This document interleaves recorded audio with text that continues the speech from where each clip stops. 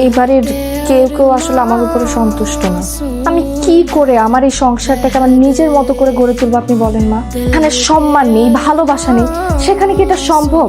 আমি পারবো না মা, আপনি এটা নিয়ে নেন প্লিজ। একটু আগে আমি ছাদে গিয়েছিলাম, গিয়ে দেখি উনি সিগারেট খাচ্ছে, তারপর একটা ধরাচ্ছে মা। আমি কি বললাম সিগারেটটা তো ভালো না, এটা ছেড়ে দেন। আমাকে কি বললো জানেন?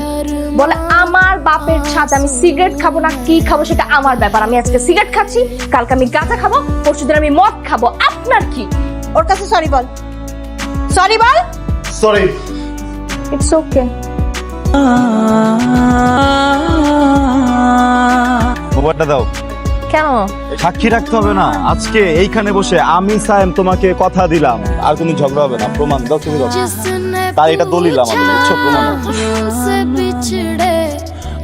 তুমি তো ছবি তুলে লাভ হয় না, আমাকে ছবি দাও না। ছবি তুমি তোমার কাছে রাখবা? ফেসবুকে না, আমাকে হোয়াটসঅ্যাপ পাঠাতে পারবে।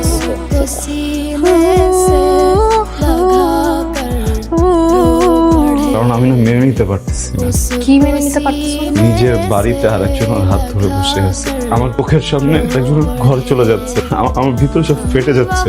আমি রিয়াক্ট করতে পারতেছি না, কারণ তুমি যার সাথে এগুলো করতেছো সে আমার আপন বড় ভাই। আমার খুব কষ্ট হচ্ছে, আমার এখান থেকে পালাই যাই। তুমি যদি আজকে আমার সাথে এখান থেকে না যাও, আমি না একটু রাগ করে ঠিক করতে পারবো না। যা যা করো আমি সবকিছু করবো, প্লিজ। আমি তোমাকে অনেক ভালোবাসি বিন্দু, তোমাকে ছাড়া বাঁচবো না।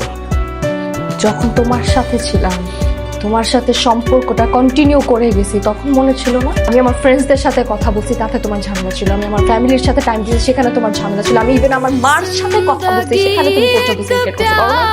তখন কোথায় ছিল এই ভালোবাসা? তখন মনে ছিল না যে তুমি আমাকে ভালোবাসো, আমাকে ছাড়া তুমি বাঁচবা না? মাঝরাতে নাটক না করে যাও তোমার কাছে। একটা সুযোগ আমার প্লিজ। সুযোগ লাগবে? দিচ্ছি তোমাকে আমি সুযোগ। তুমি আমার গায়ে টাচ করছো আর এটা নিয়ে আমি কোনো সিন ক্রিয়েট করলাম না, এটা তোমার লাস্ট সুযোগ। এরপর আমার গায়ে টাচ করার আগে মাথায় রাখবা আমি তোমার বড় ভাইয়ের বউ।